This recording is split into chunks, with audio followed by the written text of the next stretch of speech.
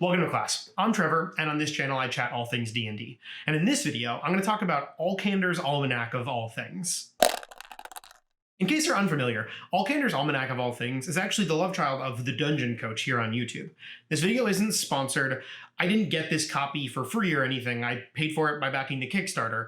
And I don't even know if the Dungeon Coach knows who I am. But I wanted to talk about this because honestly, I really loved this book. There's some minor gripes that I have, which I'll talk about later, but overwhelmingly my review of this book is going to be positive. And to get the physical book, the pre-orders close at the end of this month. It is July, so July 31st is when pre-orders close. If you're interested in picking up the physical book, you want to do so quickly. And if not, I mean, like, the digital book is certainly worth picking up either way. In this video, I'm going to talk about the structure of Alkander's Almanac, my minor gripes, and kind of my highlights from each of the chapters. Let's start with the structure, and the book actually does a good job selling its own structure. The beginning is kind of a general overview of the book, and then it breaks down into the chapters. You have inspiration rules, skill challenges, social encounters, exploration, combat, mass combat, and then death and resurrection. Let's get my minor gripes out of the way first, and the first of which is very, very personal. I'm an English teacher by trade, and minor things kind of stick out to me. There are some spelling and typographical issues with this book, which does not take away from the quality of the homebrew in any way. There's also a tendency stylistically to capitalize things, which definitely fits the Dungeon Coach's style, but it just reads a bit strangely to me. I completely get it, and I love the book overall, but I did want to mention those things.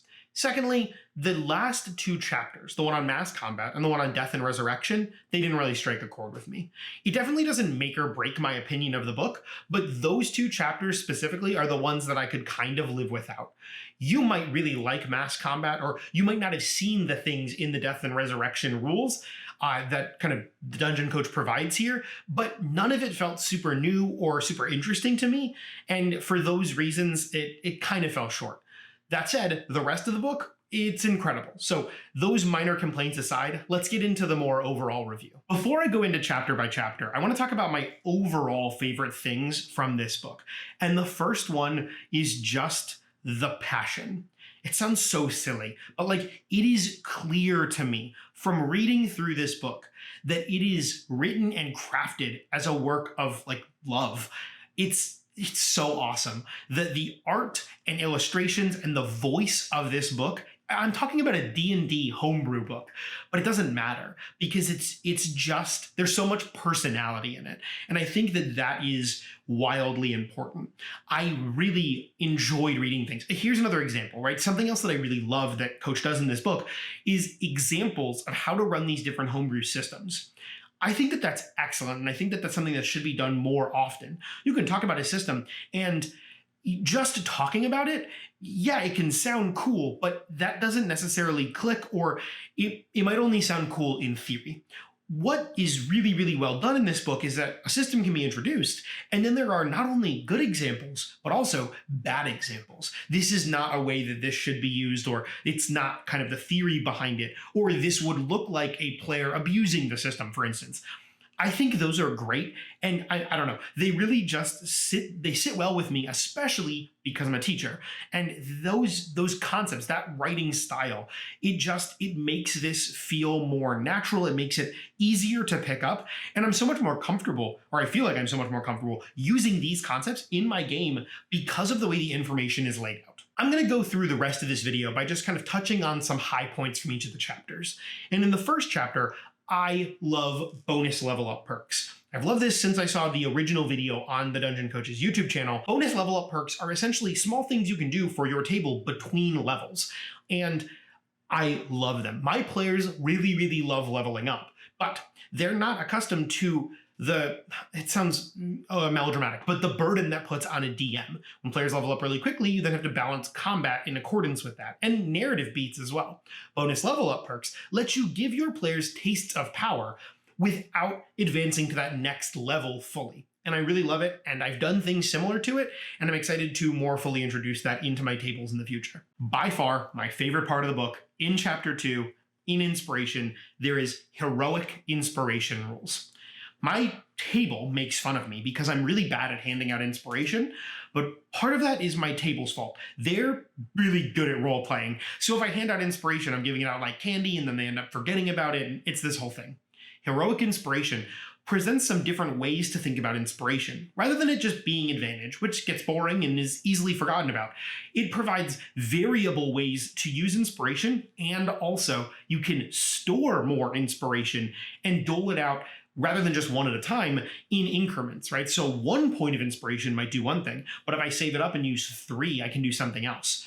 There's also ideas for like in combat inspiration, right? So while I'm in combat, if I get knocked to 0 HP as a reaction, I can give up X amount of inspiration and be stabilized at 1 hit point. I already in D&D Beyond designed a homebrew feat for my players and tweaked this system to, I'm already introducing it. Like in my game tomorrow, my players are going to learn about this new system and we're going to roll this out slowly. I'm so excited for it, and it was this system in and of itself really made the book worthwhile for me. In the next chapter on page 61 of the PDF, we have 1-round skill challenges. I love these, and I also really enjoy that in this chapter, Coach talks about overly relying on skill challenges. I feel like I'm the same way. I love them. And 1-round skill challenges feels like a good compromise. It lets me still do skill challenges without them turning into the one big thing for that evening's encounter. A 1-round skill challenge can still get that player creativity flowing, but it doesn't take up as much time, so you're able to also introduce some role-playing elements or a combat encounter, and I really, really like that system, so I'm excited to be able to use that in my games moving forward. Chapter 4 is about the social pillar of the game, and I really like the disposition rules. It honestly kind of reminds me of Stardew Valley in a way, or other games like that. This aims to solve the insight check problem, where insight is a lie detector, and in some ways it does. In some ways, I think that will always happen, and it's not a player or DM's fault. I think it's more of a system fault than anything else. That's my hot take, I guess. But disposition allows you to kind of understand characters more, like NPCs more, without insight checks just turning into, oh, they look like they're telling the truth or they look like they're lying. And I really like that, and it does add a little bit more granularity to the role-playing encounters that might populate your games. Chapter 5 is about the exploration pillar of the game. A lot of people kind of peg this one as the weakest in 5th edition. And one of the things that I really liked is the travel roles system. My current game isn't going to have a lot of travel in it, but my previous one did, and I wish that I had a system like this. Players are encouraged to pick a role to fulfill while they are traveling long distances, whether that is navigator or scout or defender or a custom role that they design on their own. And based on the roles that the players have, it affects travel differently. It turns travel into a sort of minigame without being like a full-on hex crawl style minigame, and I really liked that. On page 130 of the PDF, still in this travel section, there's also a bit about the D12 random encounter table. I've used random tables in my games before, but I've never thought about making my players roll and also rolling myself, and then only triggering something on a double, like if we rolled the same number. This could obviously be tweaked, but it was just a step further than I had ever taken it before, and I really liked it, and I'm excited to do something with this. Even if it isn't for the exploration pillar of the game, this system where like you have a player roll and you roll yourself, and you only do something, or maybe you do something special if the number matches, I really liked that, and I want to work with it moving forward. Chapter 6 is all about combat. There's a ton of great stuff in it. Starting on around page 157 in the PDF, there are new conditions. Boy, howdy, am I excited to see new conditions. Just as an example, there's bleeding, where if you are dealt damage and if you have the bleeding condition, then you take 1d4 necrotic damage over time until that bleeding is healed.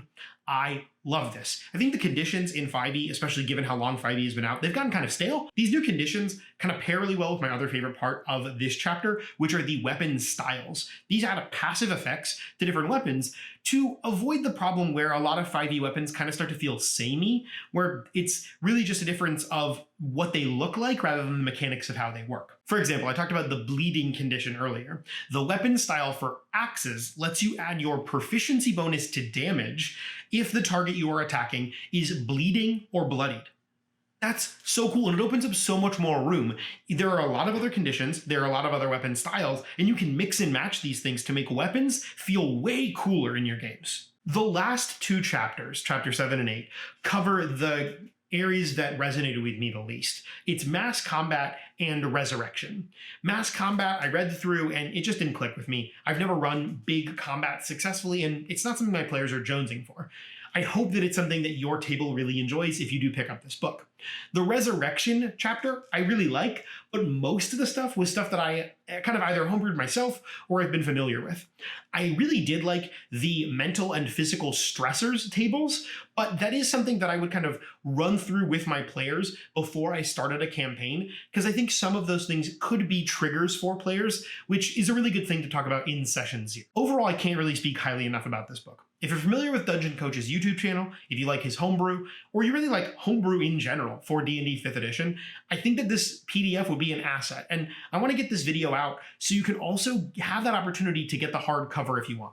Like I said at the top of the video, I'm not sponsored in any way. I just really like to kind of support other content creators and find homebrew where I can to make my D&D games more exciting. And Alkander's Almanac definitely does that. So I hope this review was useful if you were still on the fence about picking up this PDF. If there's other homebrew content that you want me to review on this channel, I've done a lot of MCDM stuff in the past. I'm happy to do that. And if you have any other requests or questions about D&D, I'm happy to help there too. If you liked this video, if you got something useful out of it, smash that subscribe button, click the bell, all those things. And as I always say, be safe, make smart life choices.